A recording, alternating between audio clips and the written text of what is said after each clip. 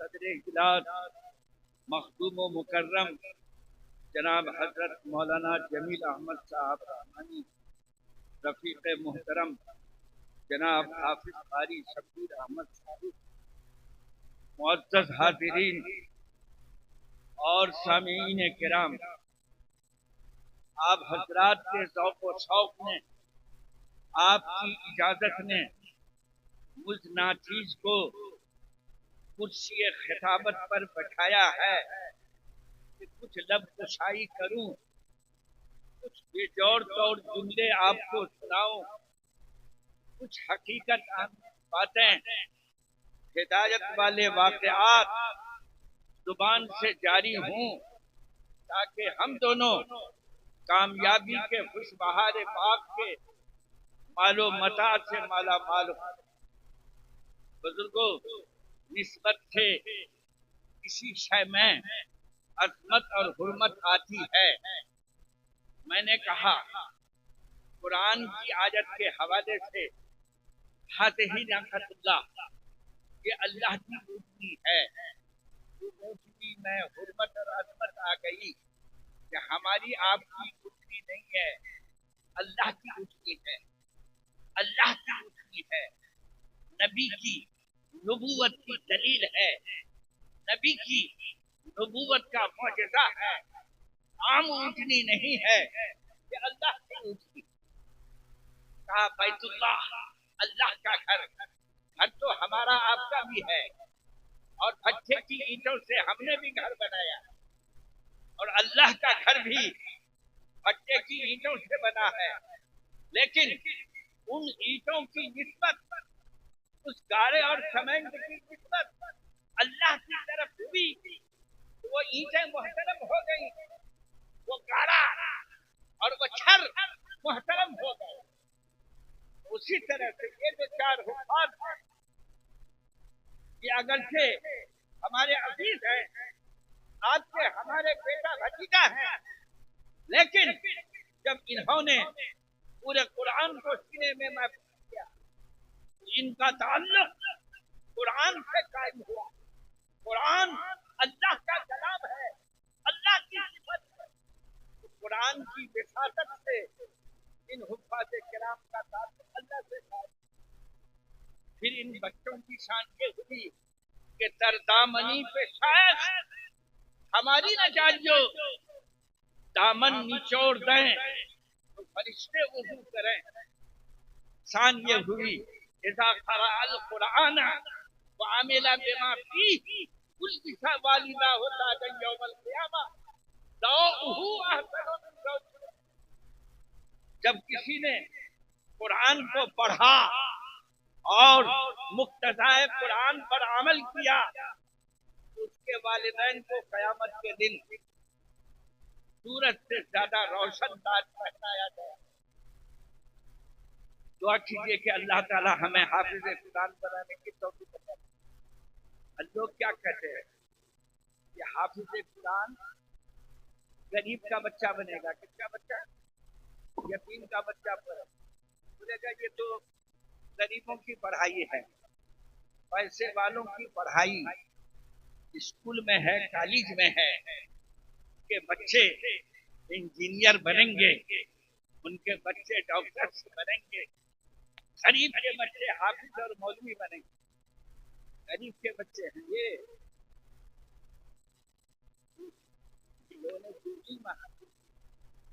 इसी इल्म से ये खुदा की जात को पहचानेंगे, इसी इल्म से ये हलाल और हराम को, जायज और नाजायज को जानेंगे, इसी इल्म से ये नमाज ज़कात के मसाइल मालूम करेंगे, इसी इल्म से ये मर्जियात और नामर्जियात हकीर इल्म है। आज नाम सही इल्म की दौलत वाले आखिरत में यही सालार नजर आएंगे कि अकेले जन्नत नहीं जाएंगे, अपने खानदान से ऐसे 10 अफराद को जन्नत दे जाएंगे जो जहन्नमी हो चुके हैं, जिनके लिए जहन्नम में जाने का फैसला हो। अल्लाह हमें तौफीक दे कि हम इल्म दीन को हकीर न समझें। मुसलमानों में एक तबका पैदा हुआ है जो अपने को रोशन ख्याल करता है, जदीदियत का दिलदादा अपने को। उस तबके ने इल्म दीन के खिलाफ तहरीक चलाई है जुबान से और कलम से, और कहा है कि जिस इल्म से रोजी रोटी का मसला हल न हो, जिस इल्म से हमारा पेट न भरे, उस इल्म को हासिल करके हम क्या करें। तो मेरे दोस्तों, हम लोग भी तो इल्म दीन ही हासिल करके बैठे हैं। क्या हम फाकों में मुब्तला हो गए? क्या हम भूख से मर गए? सिर्फ मेरे पास इतने कुर्ते हैं कि मेरे पास गिनती नहीं है। 5 अदद तो शेरवानी है, 7 अदद खदरी है, 4 अटैचियां भरी हुई हैं, अब प्राइवेट नौकरी है। नहीं समझा? अल्लाह ने कहा है तुम काम करो, चाय पान में खिलाता रहो, खूब खिलाता। का उमन यतवक्कल अलल्लाह फहुव हस्बुह, जो शख्स अल्लाह की जात पर भरोसा करेगा, अल्लाह उसके लिए काफी हो जाएगा। मालिम को चाहिए कि वो रोजी रोटी को हरगिज़ न देखे, तनख्वाह की कमी पेशी पर हरगिज़ नजर न डाले। वो सिर्फ इस नीयत से काम करे कि मैं दीन का काम कर रहा हूँ, मैं दीन की तालीम दे रहा हूँ, हमारी रोजी का मालिक अल्लाह है, वो हमारी। अच्छा, एक बात और सुनिए, आजकल के नौजवानों को देखा है आपने? हमारे नौजवानों की शान क्या नहीं रहती, वो मोबाइल से हर वक्त चिपके रहते हैं। जब देखिए तो शहादत की अंगूठी मोबाइल पर घूम रही है, 26-25 हो नहीं सकते। आप सोचते होंगे ये किसी चैनल की खबर सुन रहा होगा। ऐसी कोई बात नहीं है, वो ब्लू फिल्म देख रहा है, गंदे गाने सुन रहा है, बढ़ाना तस्वीरें देख रहा है। जब कोई नौजवान हयातोज मनाजिर, गंदी तस्वीरें बराबर देखेगा, उसका जहन गंदा होगा या नहीं? फिर अगर वो बदकार हो जाता है, वो तो कसूरवार है ही, उसका गार्जियन भी कसूरवार है। मेरे दोस्तों, जिन हाथों में किताबों कलम होने चाहिए थे, आज हाथों में मोबाइल है। अल्लाह हमारी हिफाजत। जरा उनकी शक्ल सूरत को देखिए ना, हमारे जवान की शक्ल देखी है आपने? अभी कुछ दिनों पहले दारुल कदा में एक नौजवान आया,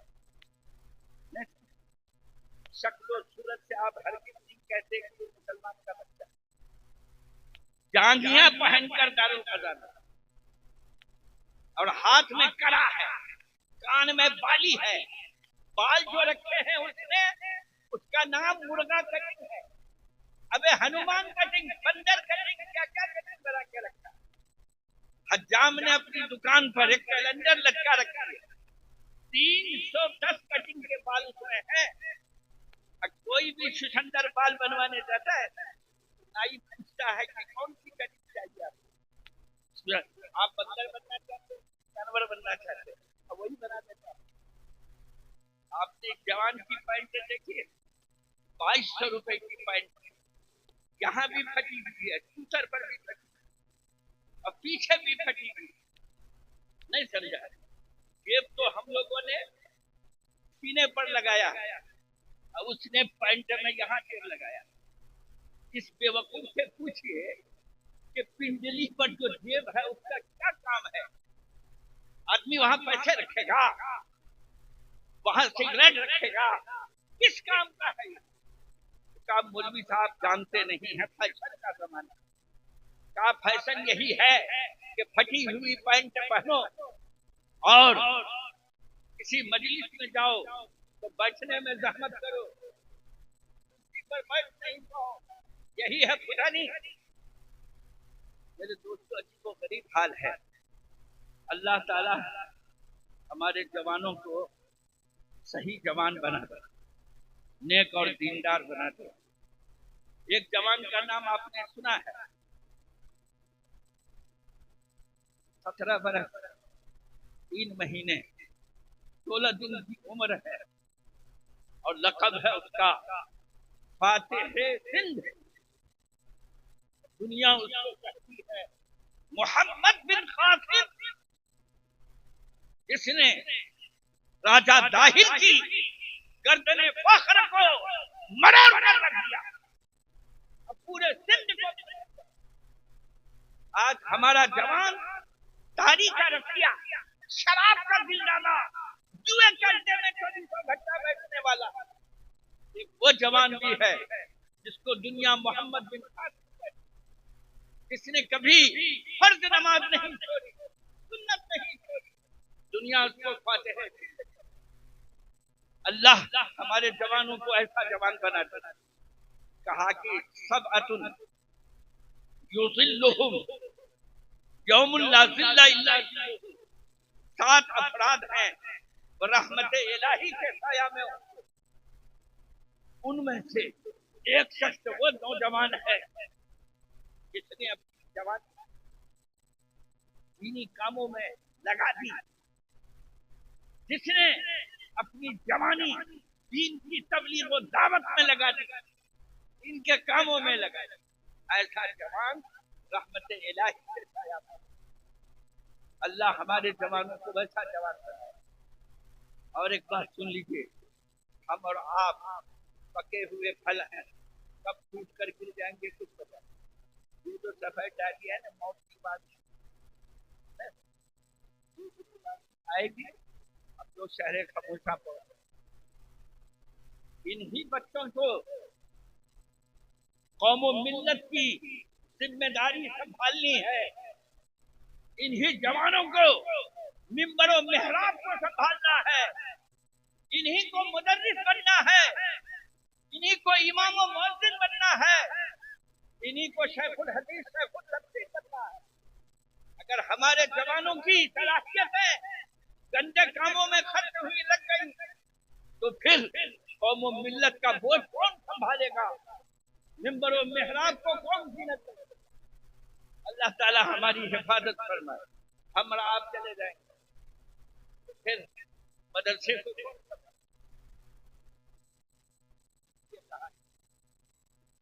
अला कुल्लुकुम राइन व कुल्लुकुम मसऊलून अन रइयतिही।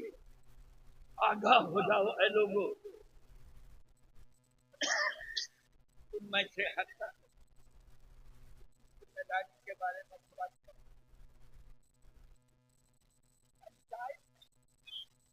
पंचायत का जिम्मेदार है, मुखिया रहते हुए उसने पंचायत की तामीर और तरक्की के लिए क्या काम किए हैं, अल्लाह ताला की आबाद। मदरसे का नाज़िम, मदरसे का जिम्मेदार, उसने मदरसे की तालीम को, मदरसे की तामीरी काम को किस तरह से अंजाम दिया है।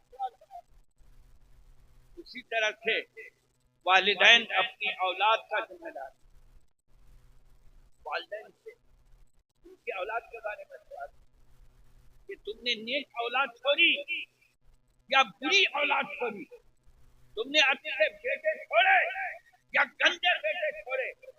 अगर हमारी गफलत और लापरवाही से हमारा बेटा शराबी जुआरी बन गया, हमारा बेटा बदकार अय्याश का हाथ, वो तो गुनहगार होगा, बाप भी गुनाह में शरीक।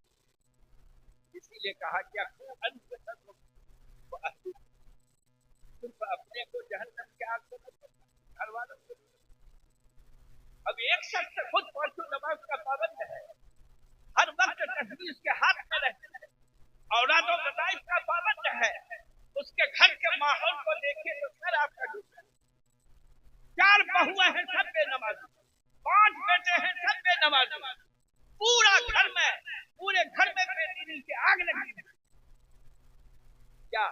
यही है दीनदारी के। सिर्फ तो खुद नमाज पढ़ लो, अब पूरे घर को के रखो।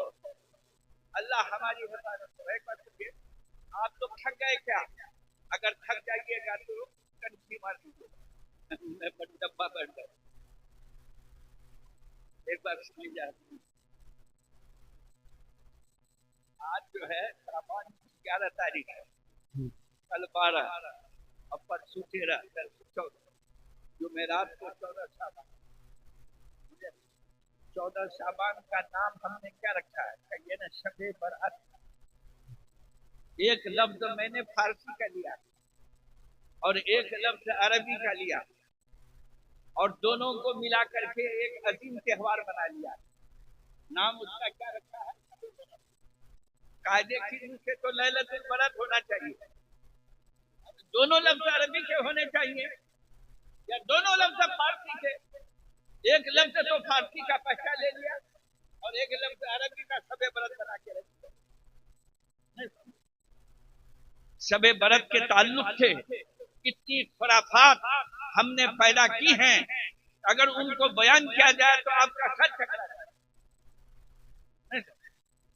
ये सही है कि जिन लोगों ने इस रात की फजीलत का इनकार किया है उसने गुलू से काम लिया, और जिन्होंने इस रात को हवा बना दिया है उसने भी गुलू से काम लिया।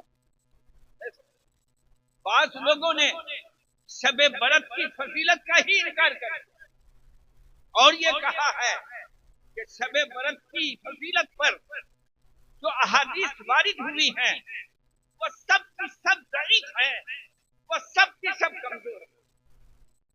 मान लिया कि ज़ईफ है, ज़ईफ अहादीस से अहकाम साबित नहीं है, लेकिन अगर कोई शख्स अमल करना चाहे तो कर सकता है।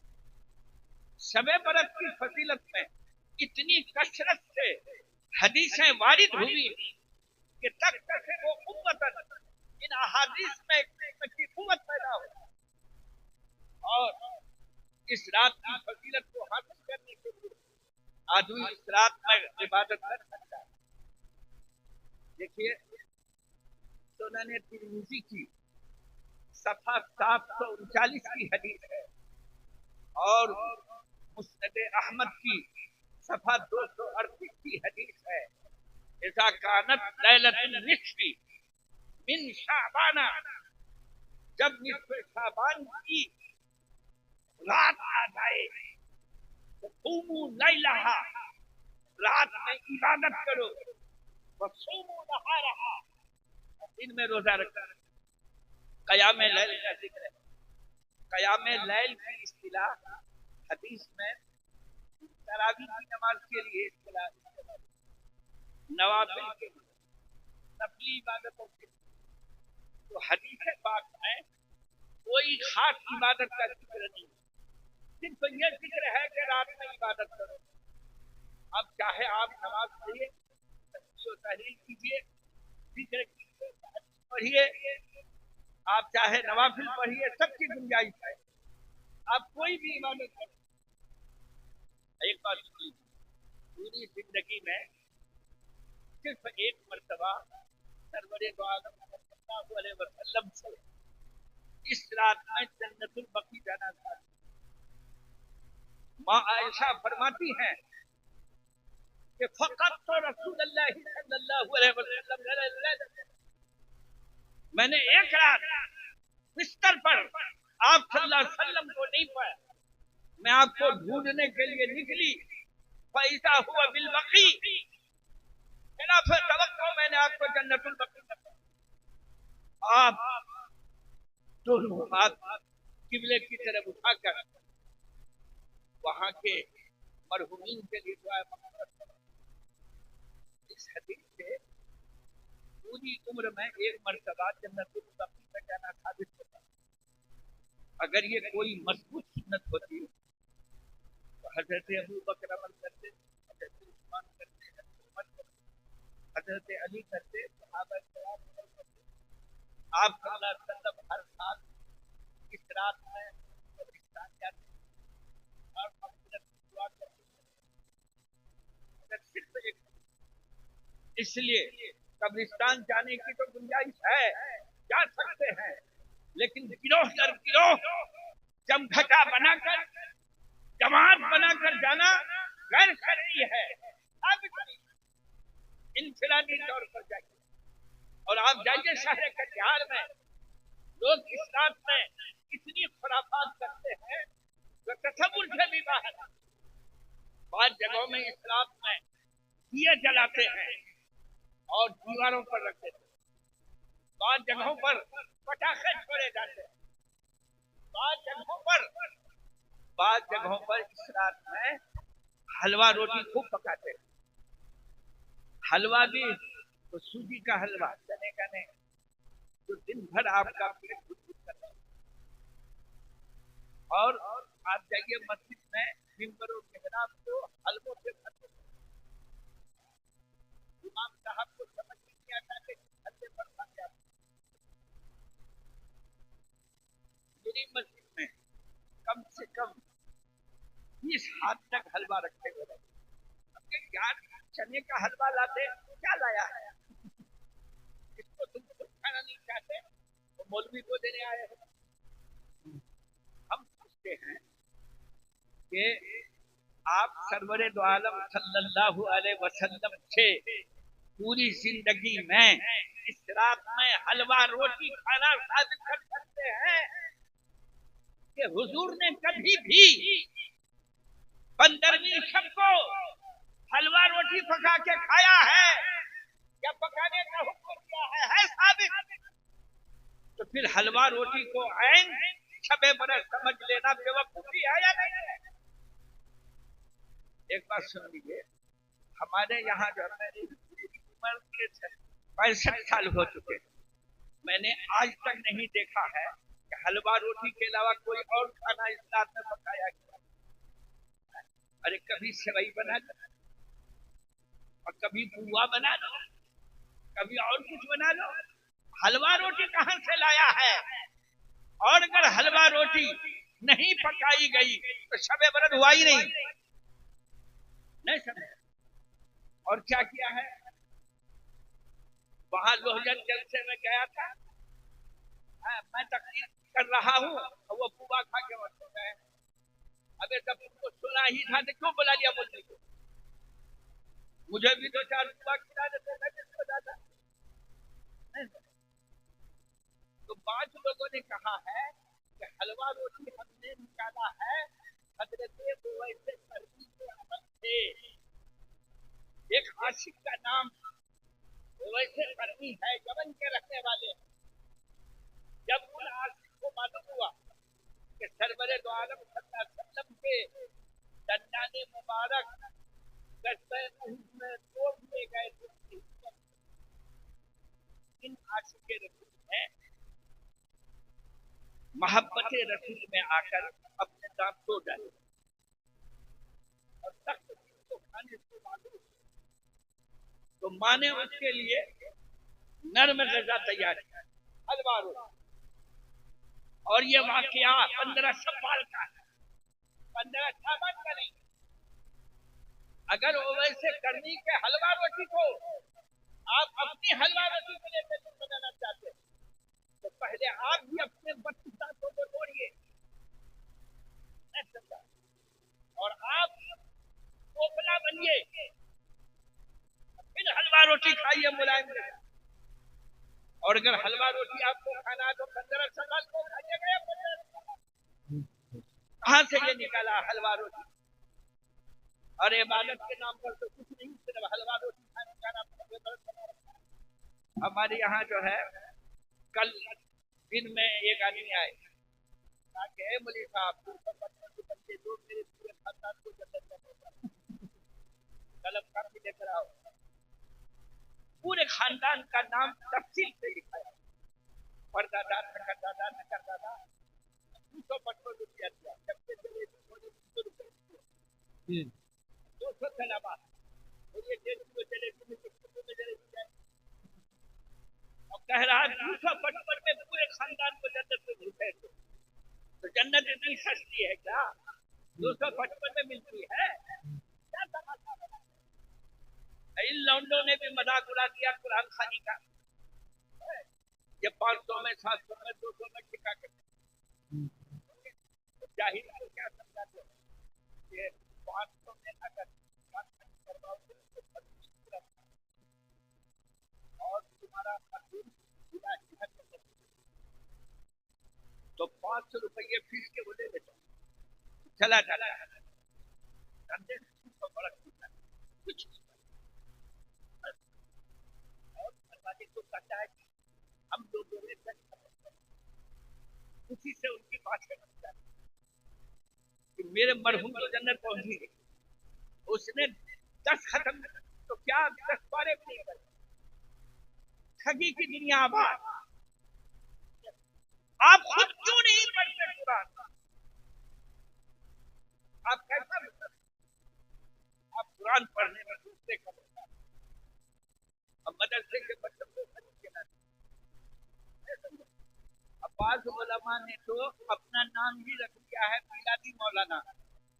जब सुनो तो आमीन आमीन या रब्बल आलमीन, जब सुनो तो क्या हो रहा है, तो 55 रुपए की दुआ हो रही है, 150 रुपए की दुआ राग बना दिया है। क्या तमाशा, शामी की इबारत है वअख्दुल उजरती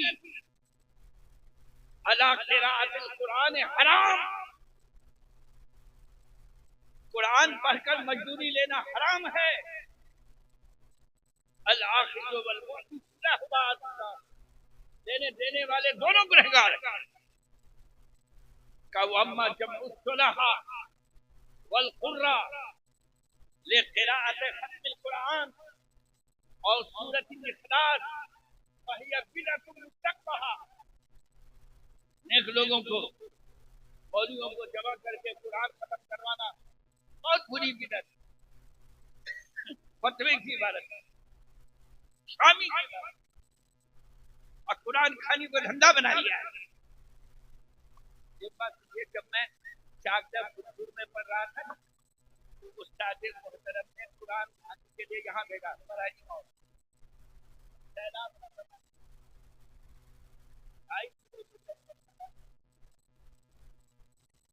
और से थक मर करके आया, मालिक के मकान में पूरी चौकी पर चने फैला दिया, बोला के मौलवी साहब भाई साहब मरतबा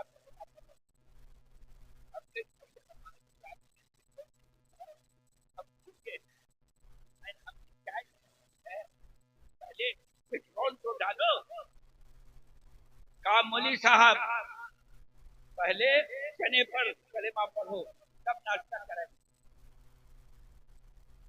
हम क्या ऐसा करो, तुम अपना काम करो हम अपना काम, तुम हमारा नाश्ता बनाओ, हम पढ़ते हैं।